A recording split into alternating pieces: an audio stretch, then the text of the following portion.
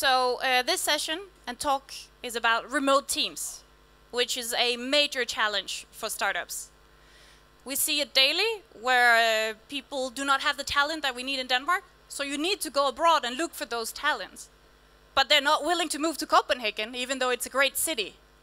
So whatever, Leanne, you can tell us of tips and tricks, so we can level up our game here in Denmark, it's much appreciated.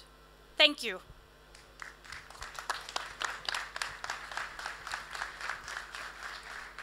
Thank you. Good afternoon, everyone. So like many of you here, let me see if my slides are going to come up on. Here we go.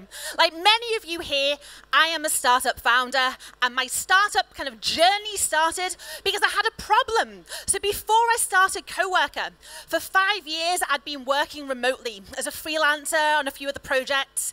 But every time I moved to a new city or a new country, I would waste so much time trying to find a place to work. Because, you know, if you're looking for a place to sleep, you've got like booking.com, Airbnb, TripAdvisor. But for places to work, there was nothing. And it wasn't only me that had that problem, a lot of other people did too. And we started thinking, why isn't there a global platform for places to work?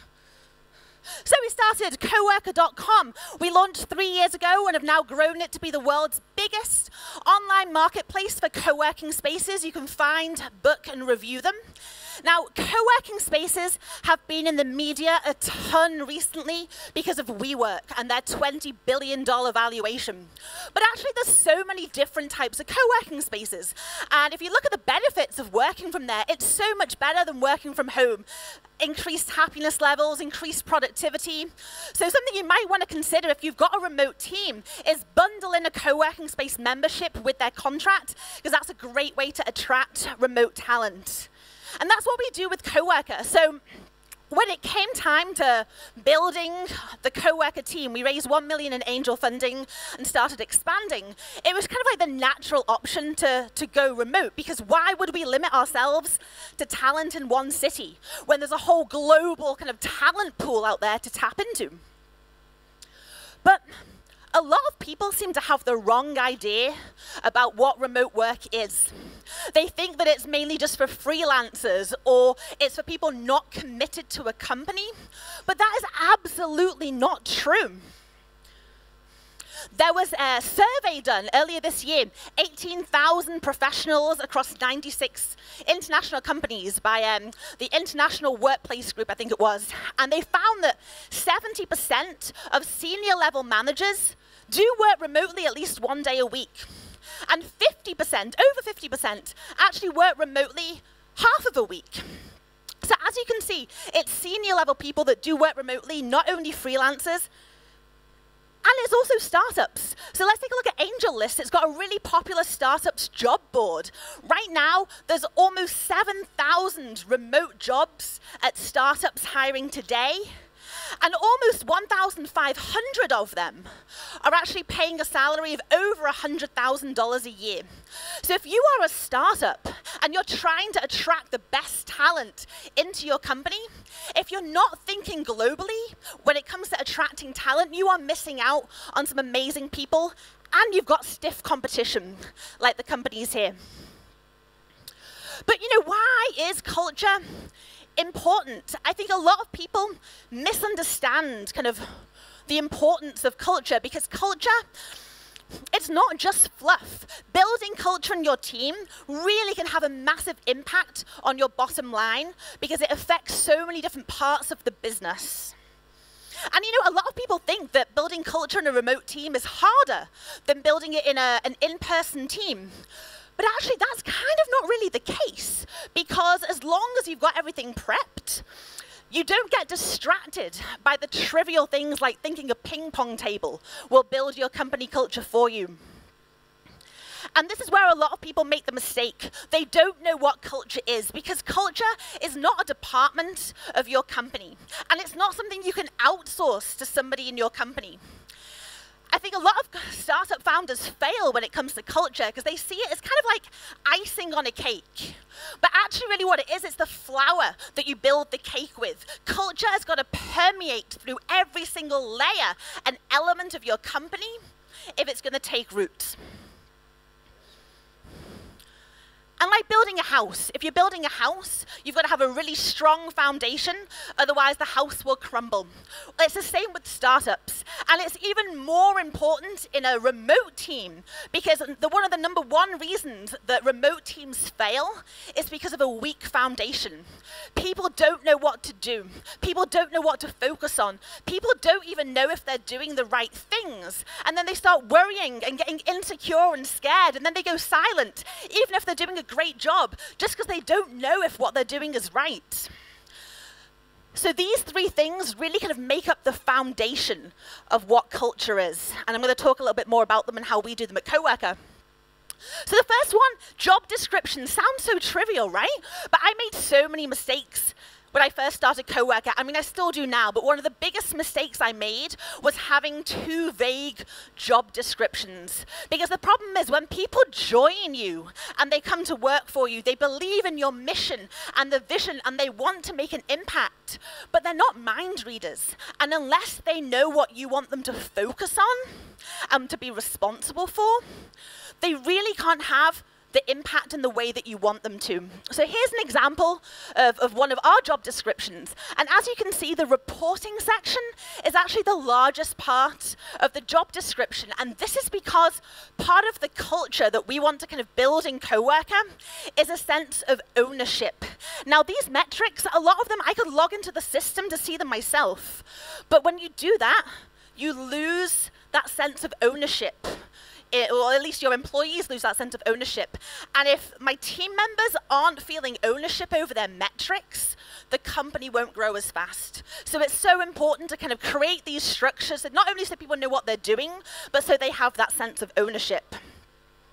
Next one, which I wish I had known when I first started this company, is OKRs. So it stands for Objectives Key Results. And it's a framework that a lot of companies, like Google to Airbnb, they use as a way to keep everyone on track and aligned with the bigger company mission and the bigger company goals.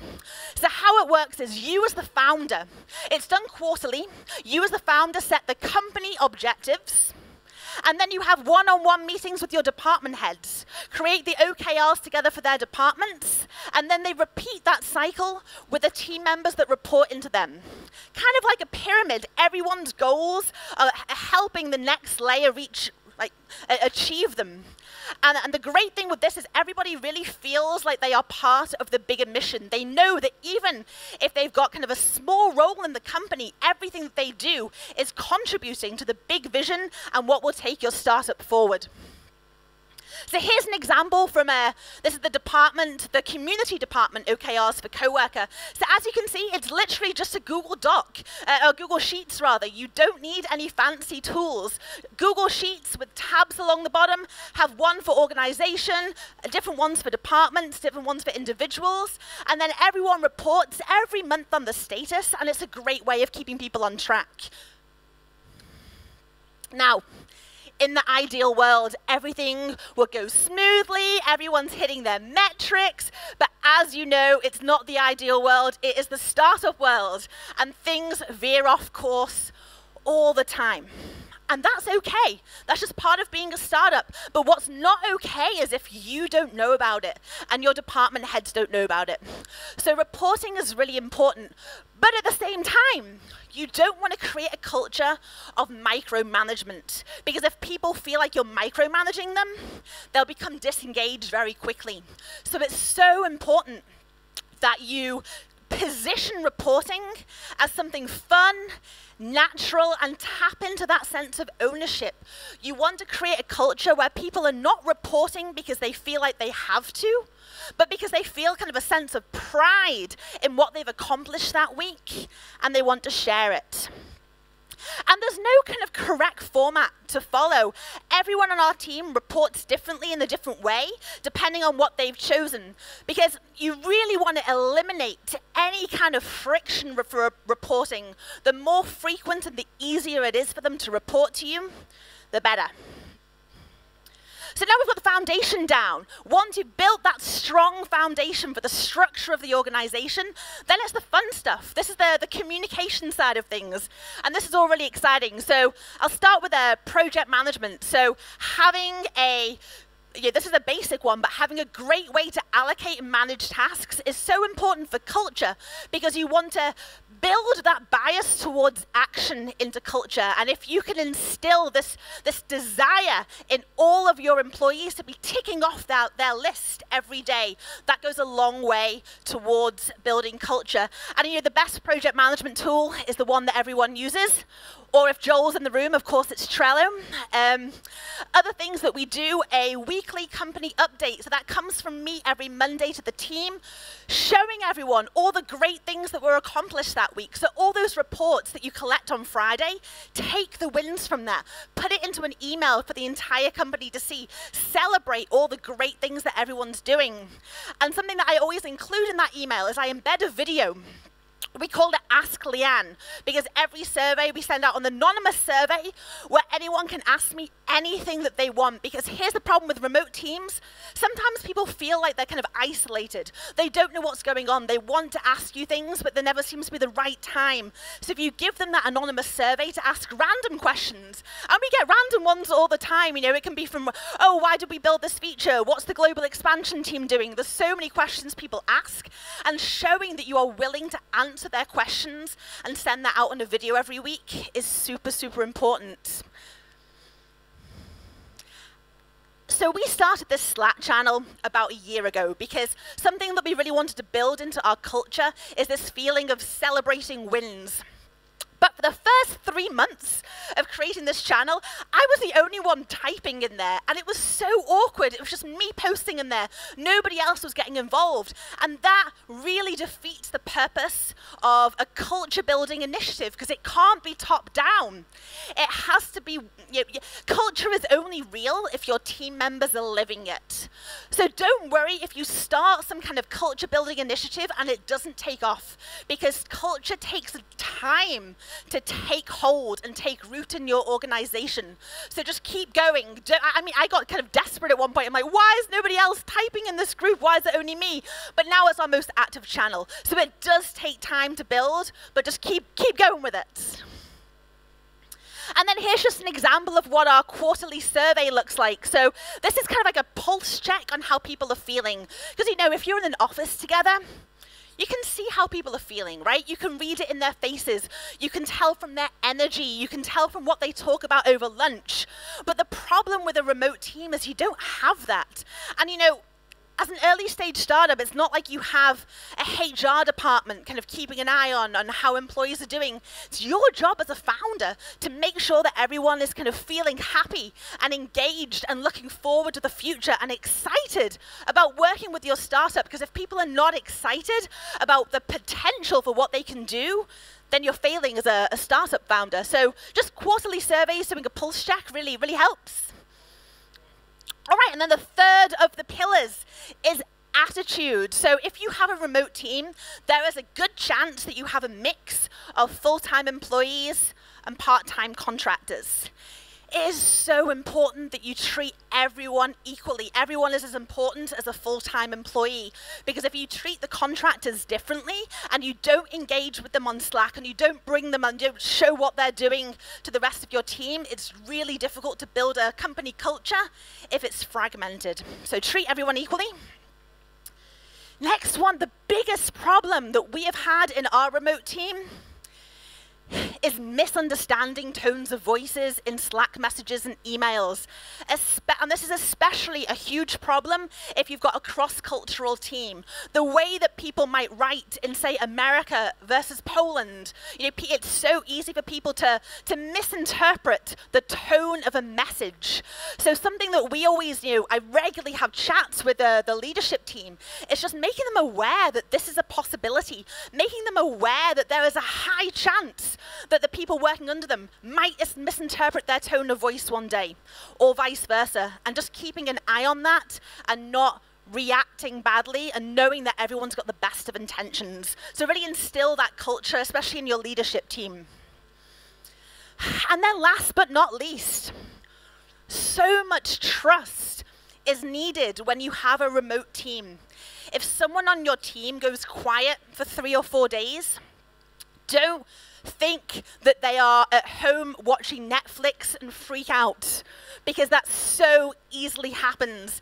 You've really got to trust the people that are working with you and create a kind of environment where they are focused on results and achieving those results, rather than, having to be focused on specific hours and, communicating with you unnecessarily all the time. Focus on results and trust that people have got the best of intentions.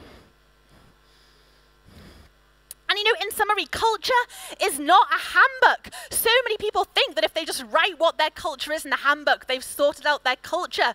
But it is not. Culture is not something to wait to focus on until you've got a bigger product or a bigger team, or you finally get yourself an office. You've got to start with culture right now, because it is the way that people work, it's the way people communicate, and it's the way that they feel working for you and your startup. Thank you, everyone, and have a great rest of the conference.